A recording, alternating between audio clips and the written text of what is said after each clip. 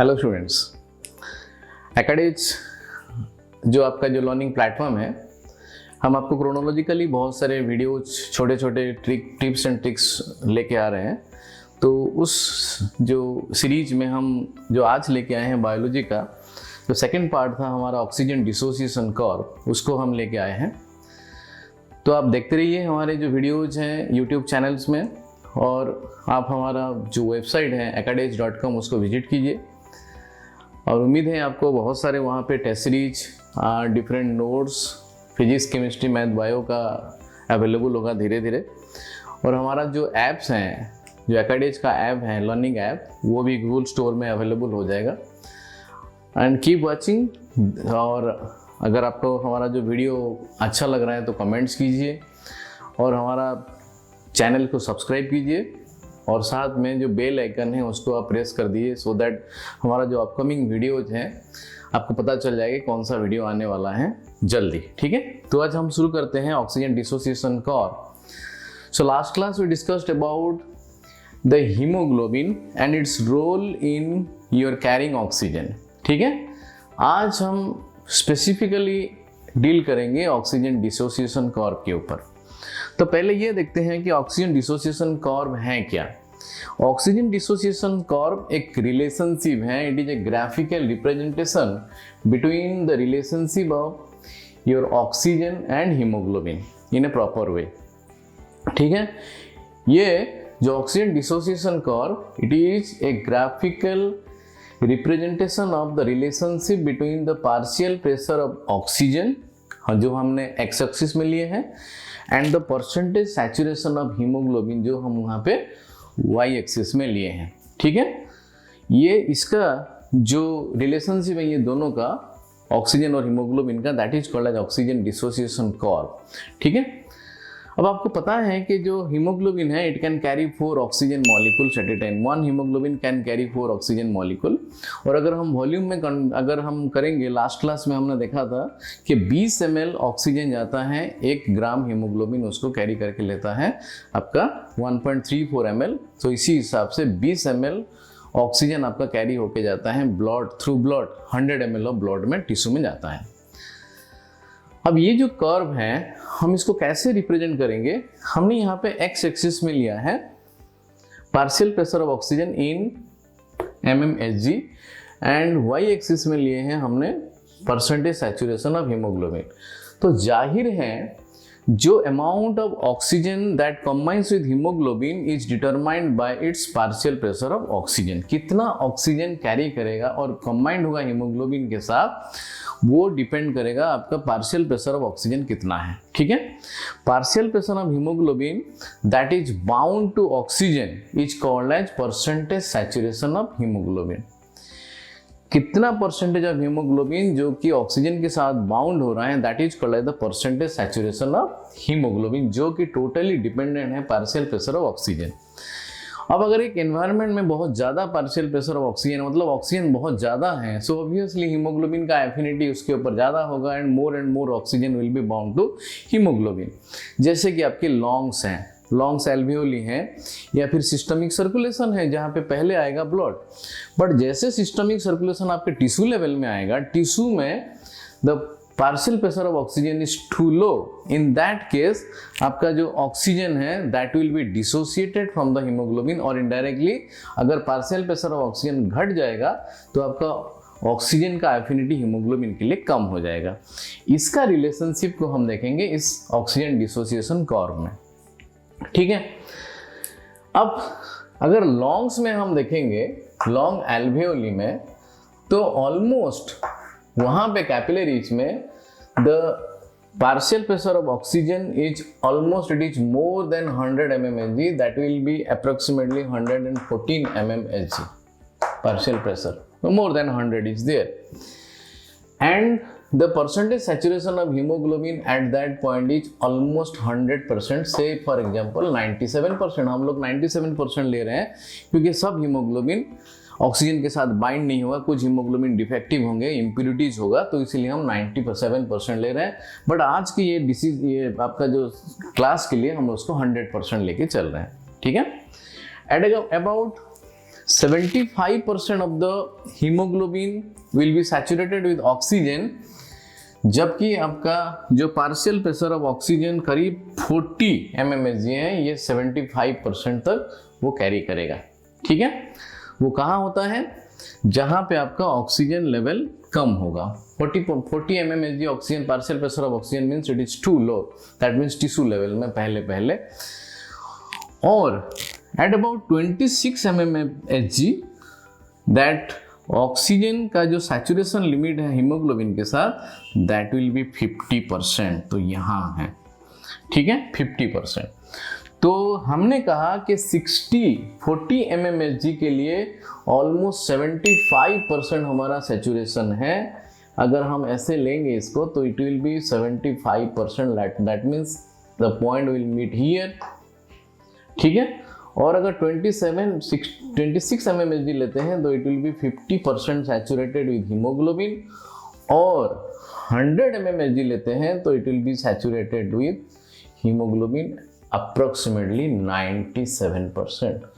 तो हम 3 पॉइंट यहाँ पे हमको मिल गया, and through this 3 point we will draw a curve which is a sigmoid curve, and this sigmoid curve represent the percentage saturation of hemoglobin with oxygen और affinity of hemoglobin for oxygen। Last class में हमने discussion किया था, जो पहला जो oxygen bind होगा haemoglobin के लिए वो थोड़ा सा टाइम लेता है, जल्दी नहीं होता, पर जैसे फर्स्ट ऐड होगा सेकेंड वाला कम टाइम लेता है, सेकेंड थर्ड इट और कम टाइम लेगा, fourth is many more time reactive to haemoglobin.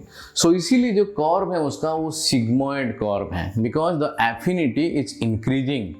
तो initially it is slows and later on it will be increasing. ठीक है, आप यहाँ पे देखो कि हीमोग्लोबिन 50% सैचुरेटेड हो रहा है at a partial pressure of oxygen of about 25 to 26 mmHg। It means the blood contains 50% of oxygen at about 26 mmHg, where the hemoglobin is saturated up to 50%. This is represented as P50. It means the blood is saturated or contain 50% of oxygen. ठीक है, तो अब इस 3 point को लेके हम एक curve draw करते हैं। It will be somehow like this.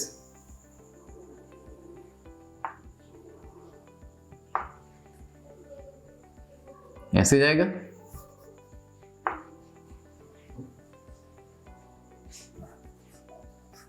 right?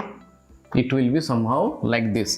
So this is your sigmoid curve, and why it becomes sigmoid? हमने आपको कहा कि एफिनिटी जो ऑक्सीजन का है वो ग्रेजुअली इंक्रीज होता है, ये ग्रेजुअली इंक्रीज होता है, that is why it makes a sigmoid curve. ठीक है, ये हो गया आपका ऑक्सीजन डिसोसिएशन कर्व। अब हम देखते हैं कि ये ऑक्सीजन डिसोसिएशन कर्व को डिफरेंट फैक्टर्स कैसे अफेक्ट करते हैं। ठीक है, factors affecting this oxygen dissociation curve.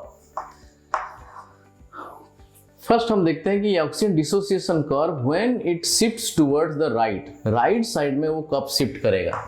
तो shifting of the curve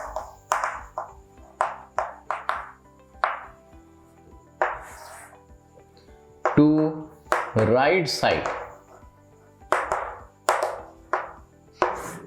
shifting of curve to the right side। ठीक है, अब ये राइट साइड को शिफ्ट करने का मतलब है, जो कर्व है, ऑक्सीजन का एफिनिटी हीमोग्लोबिन के लिए कम होगा, मतलब हीमोग्लोबिन अब ऑक्सीजन को डिसोसिएट करेगा। ये कब होगा? जैसे कि टिश्यू लेवल में होता है बच्चों, वहां पे ऑक्सीजन कम होता है, तो हीमोग्लोबिन क्या करेगा, अभी ऑक्सीजन को डोनेट करेगा, हीमोग्लोबिन से निकलेगा बाहर। सो इसीलिए जो कर्व है वो शिफ्ट करेगा right side. So right side shifting of curve indicates that shifting of curve toward the right side indicates dissociation of oxygen from haemoglobin. ठीक है, ये कब होगा? जब आपका partial pressure of carbon dioxide increase होगा, जो कि टिश्यू में होता है, या फिर partial pressure of oxygen decrease करेगा। ये भी एक नॉर्मल कंडीशन में टिश्यू में पार्शियल प्रेशर ऑफ ऑक्सीजन कम होता है। और अगर बच्चों जो अगर partial pressure of carbon dioxide increase करता है, इसका मतलब है पीएच उस मीडियम में कम होगा, एसिडिक होगा मीडियम, एसिडिक मीडियम होगा। या फिर H+ आयन कंसेंट्रेशन अगर ज़्यादा होगा, H+ आयन कंसेंट्रेशन, क्योंकि कार्बन डाइऑक्साइड अगर बढ़ा तो एसिडिक मीडियम का आपका एसिडिक मीडियम बिकम्स एसिडिक। या फिर टेम्परेचर विल बी इंक्रीज। क्यों टेम्परेचर इंक्रीज होता है? क्योंकि जब ऑक्सीडेशन होगा, पार्शियल प्रेशर ऑफ ऑक्सीजन कम हो गया, मतलब ऑक्सीजन यूज हुआ है टिश्यू लेवल में। अगर ऑक्सीजन यूज हुआ टिश्यू लेवल में तो कार्बन डाइऑक्साइड आपका इंक्रीज हुआ, और अगर मेटाबॉलिज्म हुआ है तो हीट एनर्जी जनरेट होगा, एंड हीट जनरेट हुआ तो टेम्परेचर ज़्यादा होगा। ठीक है, so in a metabolic tissue always the temperature will be more. और if in the medium 2,3 diphosphoglyceride is more. Last class में हम एपिसोड 1 में हम यहाँ का डिस्कशन किए थे 2,3 डाइफॉस्फोग्लिसराइड के लिए आपका जो एफिनिटी है वो अगर ज़्यादा हुआ तो जाके वो क्या करेगा, ऑक्सीजन का एफिनिटी कम हो जाता है हीमोग्लोबिन के लिए।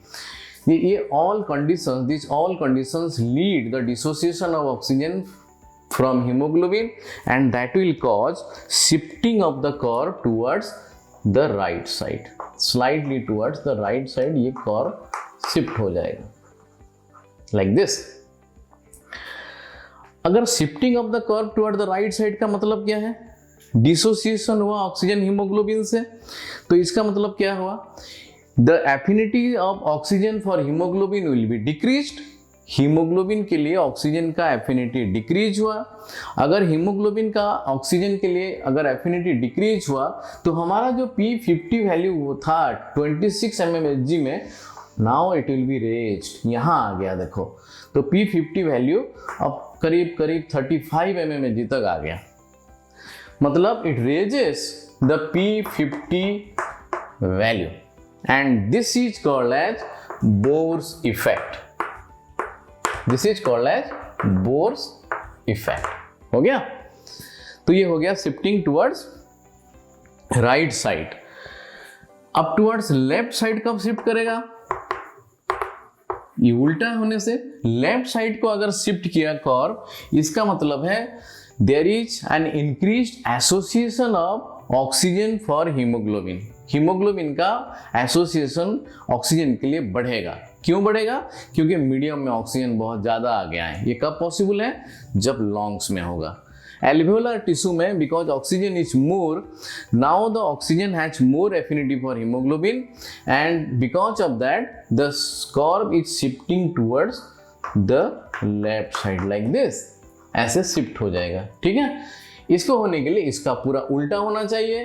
That means partial pressure of carbon dioxide will be decreased, या फिर पीएच जो आपका है इंक्रीज, और H+ ion concentration will be decreased, और टेम्परेचर विल बी डिक्रीज्ड, और partial pressure of oxygen will be increased, और 2,3 बाइफॉस्फोग्लिसरेट will be decrease the concentration। इस कंडीशन में the curve will be shifted toward the left side। Simple, very simple है कि नहीं?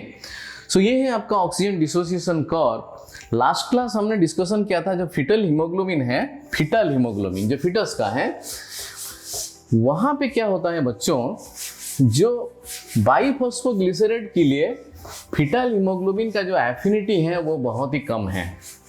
So because it has less affinity for the biphosphoglycerate, the fetal hemoglobin, suppose ये जो हमारा original है वो मैटरनल है ये वाला, तो जो फीटल हीमोग्लोबिन है बिकॉज इसका एफिनिटी बाइफॉस्फोग्लिसरेट के लिए कम है तो it's affinity for oxygen will be increased. So normal जो मदर्स हीमोग्लोबिन है, suppose this is the maternal haemoglobin,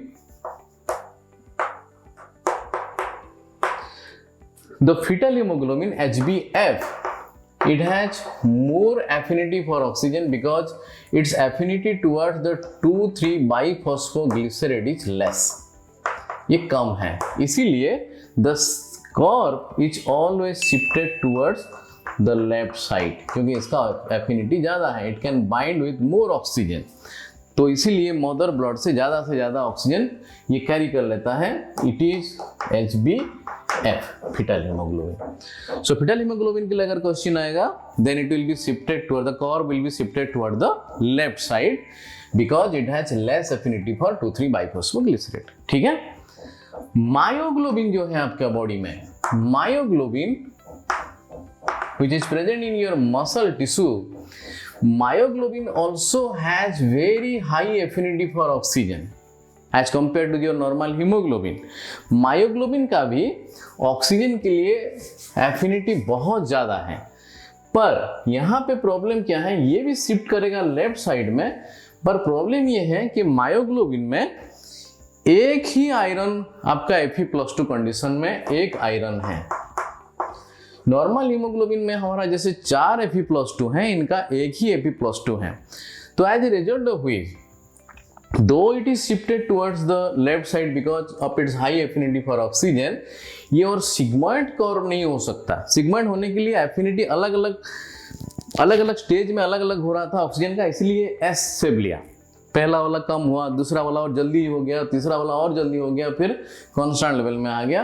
तो इसीलिए इसका जो कर्व होगा वो हाइपरबोलिक कर्व होगा, लाइक दिस, इस तरह का कर्व होगा। सो इसका जो कर्व होगा मायोग्लोबिन का हाइपरबोलिक कर्व होगा। Got it? So this is all about your dissociation curve. और प्लीज हमारा जो academics.com है उस साइट को आप विजिट कीजिए, और जो हमारा YouTube चैनल है उसको आप सब्सक्राइब कीजिए, और आगे आगे हम और भी वीडियोस आपके लिए लेके आए हैं, वो भी क्रोनोलॉजिकली आप देखेंगे। So wait for the next video. Next video में हम क्या करेंगे, इस रेस्पिरेटरी सिस्टम का और एक पार्ट में हम जाएंगे respiratory volumes and respiratory capacities. So stay tune बच्चों, गुड लक।